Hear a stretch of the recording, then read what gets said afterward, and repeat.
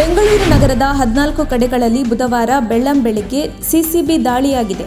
ಸುಶ್ರುತಿ ಸೌಹಾರ್ದ ಸಹಕಾರಿ ಬ್ಯಾಂಕ್ ವಂಚನೆ ಪ್ರಕರಣಕ್ಕೆ ಸಂಬಂಧಿಸಿದಂತೆ ಸಿಸಿಬಿ ಪೊಲೀಸರಿಂದ ಈ ದಾಳಿ ನಡೆದಿದೆ. 5 ಎಸಿಪಿ, 14 ಇನ್ಸ್ಪೆಕ್ಟರ್ ಸೇರಿ 60ಕ್ಕೂ ಹೆಚ್ಚು ಪೊಲೀಸರ ತಂಡದಿಂದ ಬೆಂಗಳೂರಿನ ನಗರದ ಹಲವೆಡೆ ದಾಳಿ ನಡೆದಿದೆ. ಹೂಡಿಕೆದಾರರಿಗೆ ಹಣ ವಾಪಸ್ ನೀಡದೆ ವಂಚಿಸಿದ ಆರೋಪದ ಹಿನ್ನೆಲೆಯಲ್ಲಿ ನಗರದ ಹಲವೆಡೆ ಬ್ಯಾಂಕ್ ವಿರುದ್ಧ ಎಫ್ಐಆರ್ ದಾಖಲಾಗಿತ್ತು.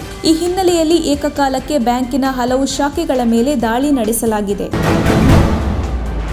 ಆಪ್ ಆಧಾರಿತ ಕ್ಯಾಬ್ ಅಗ್ರಿಗೇಟರ್ಗಳಾದ ಓಲಾ, ಊಬರ್ ಮತ್ತು ರ್ಯಾಪಿಡೋ ಆಟೋ ರಿಕ್ಷಾಗಳನ್ನು ತಮ್ಮ ಅಪ್ಲಿಕೇಶನ್ನಲ್ಲಿ ಅಳವಡಿಸಿದ್ದಕ್ಕಾಗಿ ಸರ್ಕಾರ ಗರಂ ಆಗಿದೆ. ಅಲ್ಲದೆ ಅಪ್ಲಿಕೇಶನ್ಗಳನ್ನು ಬಳಸುವ ವಾಹನಗಳ ವಿರುದ್ಧ 5,000 ರೂಪಾಯಿ ದಂಡ ವಿಧಿಸುವುದಾಗಿ ಎಚ್ಚರಿಕೆ ನೀಡಿದೆ. ಕ್ಯಾಬ್ ಅಗ್ರಿಗೇಟರ್ಗಳು ಆಟೋ ರಿಕ್ಷಾಗಳನ್ನು ನಡೆಸುವುದು ಕಾನೂನು ಬಾಹಿರ ಎಂದು ಆರೋಪಿಸಿರುವ ಸಾರಿಗೆ ಇಲಾಖೆ ಮುಂದಿನ ಆದೇಶದವರೆಗೆ ಕಾರ್ಯಾಚರಣೆ ನಡೆಸದಂತೆ ಸೂಚಿಸಿದೆ. ನಿಯಮ ಉಲ್ಲಂಘಿಸಿದ ವಾಹನಗಳನ್ನು ಸಾರಿಗೆ ಇಲಾಖೆ ವಶಪಡಿಸಿಕೊಳ್ಳುತ್ತಿದೆ. ಕಂಪನಿಗಳು ಅಪ್ಲಿಕೇಶನ್ ಪ್ರಯಾಣಿಕರನ್ನು ಸಾಗಿಸಲು ಕಾನೂನು ಬಾಹಿರವಾಗಿ ಬಳಸುತ್ತಿದ್ದಾರೆ ಎಂದು ಆರೋಪಿಸಿ ಆಟೋ ಒಕ್ಕೂಟಗಳು ಪ್ರತಿಭಟನೆಯನ್ನು ನಡೆಸಿದ ಹಿನ್ನೆಲೆಯಲ್ಲಿ ಇಲಾಖೆ ಈ ಕ್ರಮ ಕೈಗೊಂಡಿದೆ.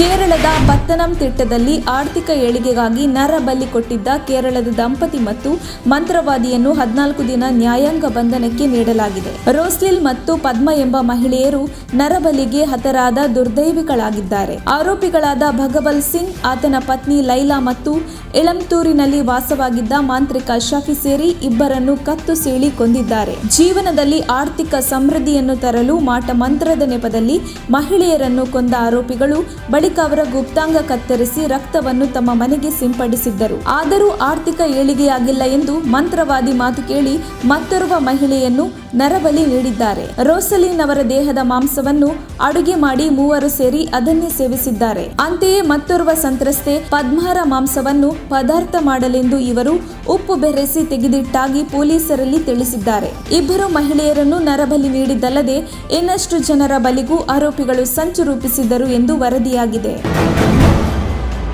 ಗೋವಾ MiG-29K ಯುದ್ಧ ವಿಮಾನವು ಗೋವಾ ಕರಾವಳಿಯ ಪಣಜಿ ಸಮುದ್ರದ ಮೇಲೆ ಇಂದು ಪತನಗೊಂಡಿದೆ. ಇಂದು ಬೆಳಿಗ್ಗೆ ವಾಡಿಕೆ ವಿಹಾರ ನಡೆಸುತ್ತಿದ್ದಾಗ ಯುದ್ಧ ವಿಮಾನ ಬೇಸ್ಗೆ ಹಿಂತಿರುಗುವಾಗ ತಾಂತ್ರಿಕ ದೋಷ ಕಂಡುಬಂದು ಪತನಗೊಂಡಿದೆ. ಅದೃಷ್ಟವಶಾತ್ ಪೈಲಟ್ ಸುರಕ್ಷಿತವಾಗಿದ್ದು ಯಾವುದೇ ಸಾವು ನೋವು ಸಂಭವಿಸಿಲ್ಲ. ಪೈಲಟ್ ಅವರನ್ನು ತ್ವರಿತವಾಗಿ ವಿಮಾನದಿಂದ ಹೊರತೆಗೆಯಲಾಗಿದ್ದು ಅವರ ಆರೋಗ್ಯ ಸ್ಥಿತಿ ಸ್ಥಿರವಾಗಿದೆ ಎಂದು ಭಾರತೀಯ ನೌಕಾಪಡೆ ತಿಳಿಸಿದೆ. ಪತನಕ್ಕೆ ಕಾರಣವನ್ನು ತಿಳಿಯಲು ತನಿಖಾ ಮಂಡಳಿಗೆ ತನಿಖೆಗೆ ಆದೇಶಿಸಲಾಗಿದೆ.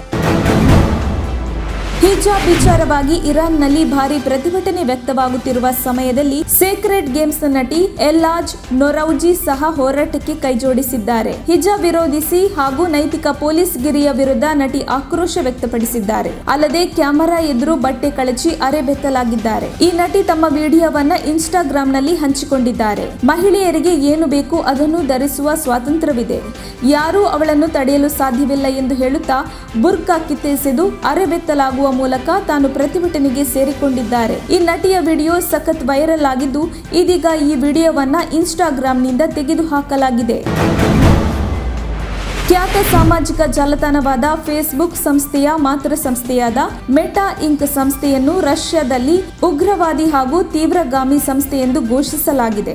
ಸಾಮಾಜಿಕ ಮಾಧ್ಯಮಗಳಲ್ಲಿ ಉಕ್ರೇನ್ಗೆ ಸಿಗುತ್ತಿರುವ ಬೆಂಬಲದಿಂದಾಗಿ ರಷ್ಯಾ ಅತೃಪ್ತಿ ಹೊಂದಿದೆ ಎಂದು ಹೇಳಲಾಗಿದೆ. ರಷ್ಯಾದ ಜನರ ವಿರುದ್ಧ ಹಿಂಸಾಚಾರವನ್ನು ಉತ್ತೇಜಿಸುವ ವಿಷಯವನ್ನು ಹಂಚಿಕೊಳ್ಳಲು ಮೆಟಾದ ಪ್ಲಾಟ್ಫಾರ್ಮ್ಗಳು ಸಾಮಾಜಿಕ ಮಾಧ್ಯಮ ಬಳಕೆದಾರರಿಗೆ ಅವಕಾಶ ನೀಡುತ್ತಿದೆ ಎಂದು ಮಾಸ್ಕೋ ನ್ಯಾಯಾಲಯವು ತೀರ್ಪು ನೀಡಿದೆ.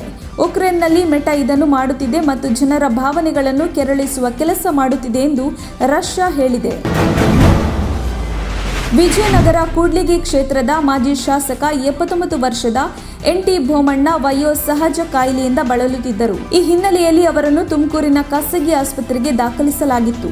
ಆದರೆ ಚಿಕಿತ್ಸೆ ಫಲಿಸದೆ ಇಂದು ನಿಧನರಾಗಿದ್ದಾರೆ. NT ಬೊಮ್ಮಣ್ಣ 1985ರಿಂದ 1994ರವರೆಗೆ ಕೂಡ್ಲಿಗಿ ಕ್ಷೇತ್ರದ ಶಾಸಕರಾಗಿದ್ದರು.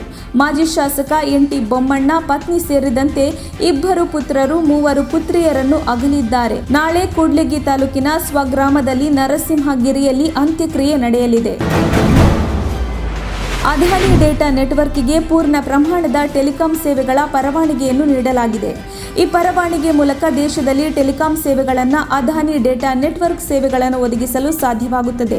Adani data network limited 26 GHz millimetre wave ಬ್ಯಾಂಡ್ನಲ್ಲಿ 400 MHz ಸ್ಪೆಕ್ಟ್ರಮ್ಗಳನ್ನು 20 ವರ್ಷಗಳಿಗೆ 212 ಕೋಟಿ ರೂಪಾಯಿಗಳಿಗೆ ಖರೀದಿಸಿದೆ. ಏರ್ ವೇವ್ಗಳನ್ನು ತನ್ನ ಡೇಟಾ ಸೆಂಟರ್ಗಳಿಗೆ ಹಾಗೂ ತನ್ನ ಉದ್ಯಮಗಳಿಗೆ ನೆರವಾಗುವಂತೆ ಸೂಪರ್ ಆ್ಯಪ್ಗಳಿಗೆ ಬಳಕೆ ಮಾಡಲು ಯೋಜನೆ ಹೊಂದಿರುವುದಾಗಿ ಅದಾನಿ ಸಮೂಹ ಹೇಳಿದೆ.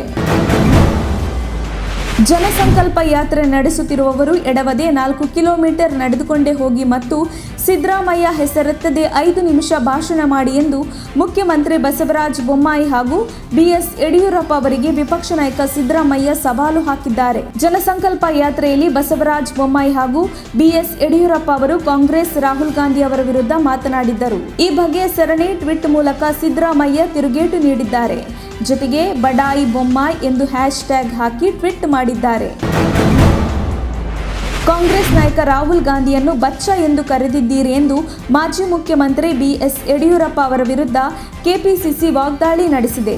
ಈ ವಿಚಾರವಾಗಿ ಬುಧವಾರ ಟ್ವೀಟ್ ಮಾಡಿರುವ ಕೆಪಿಸಿಸಿ, ಮಾನ್ಯ BS ಯಡಿಯೂರಪ್ಪ ಅವರೇ, ಈ ಭಾಷೆ ನಿಮ್ಮ ಘನತೆಗೆ ತಕ್ಕುದಲ್ಲ. ಪ್ರಧಾನಿ ಮೋದಿ ಬಿಜೆಪಿಗೆ ಪ್ರಶ್ನಾತೀತರು, ಟೀಕಾತೀತರು ಇರಬಹುದು, ಆದರೆ ಭಾರತ ಪ್ರಜಾಪ್ರಭುತ್ವದ ದೇಶ ಎಂಬುದನ್ನು ಮರೆಯದಿರಿ ಎಂದು ಹೇಳಿದೆ. ಅಂದಹಾಗೆ ನಿಮ್ಮ ಮುಂದಿನ ಬಚ್ಚ ಅಮಿತ್ ಶಾ ಎಂದು ನೀವು ಕೈಕಟ್ಟಿ ನಿಲ್ಲುವುದು ಸರಿಯೇ? ಮೋದಿಯೂ ನಿಮ್ಮ ಮುಂದೆ ಬಚ್ಚ ಅಲ್ಲವೇ ಎಂದು ಪ್ರಶ್ನಿಸಿದೆ.